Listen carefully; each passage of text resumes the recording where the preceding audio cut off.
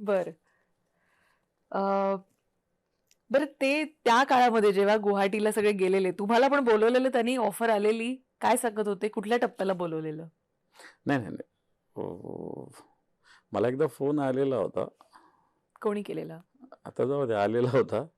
पण मी तुम्हाला आधीच सांगितलं ना सगळ्या गोष्टी. संघटनेविषयी काय म्हणजे हा मनाला विचारच कधी शिवायचा प्रश्नच निर्माण होत नाही. बरं, बंडखोरी नंतरचा जो काळ होता, तो पक्षासाठी नक्कीच एक कठीण काळ होता.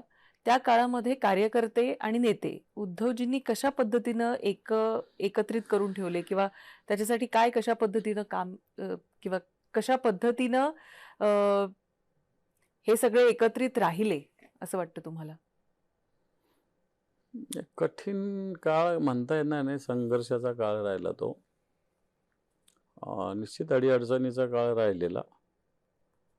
परंतु हळू-हळू कोणत्याही गोष्टी एकदा वादळ वारं येऊन गेल्यानंतर काही वृक्ष उन्मळून पडतात, काही लवाळे असतात ते जागच्या जागी येतात.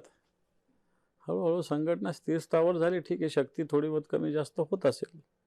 परंतु जी संघटनात्मक सिस्टीम असेल, ती हळू मला वाटतं कार्यरत झालेली आहे. अजून हळू होईल. वर्ष 2 वर्षात पूर्ण फुल होईल अशी मला तर पूर्णपणे खात्री आहे. अशा काय घडामोडी घडतायत? घडतील. आता हे पहा, मला माहीत आहे, की मी संघटनात्मक काम केलं, शक्ती उभा केली, संघटनेसाठी वेळ दिला, जनतेच्या प्रश्नात हात घातला, तर संघटना उभी राहते.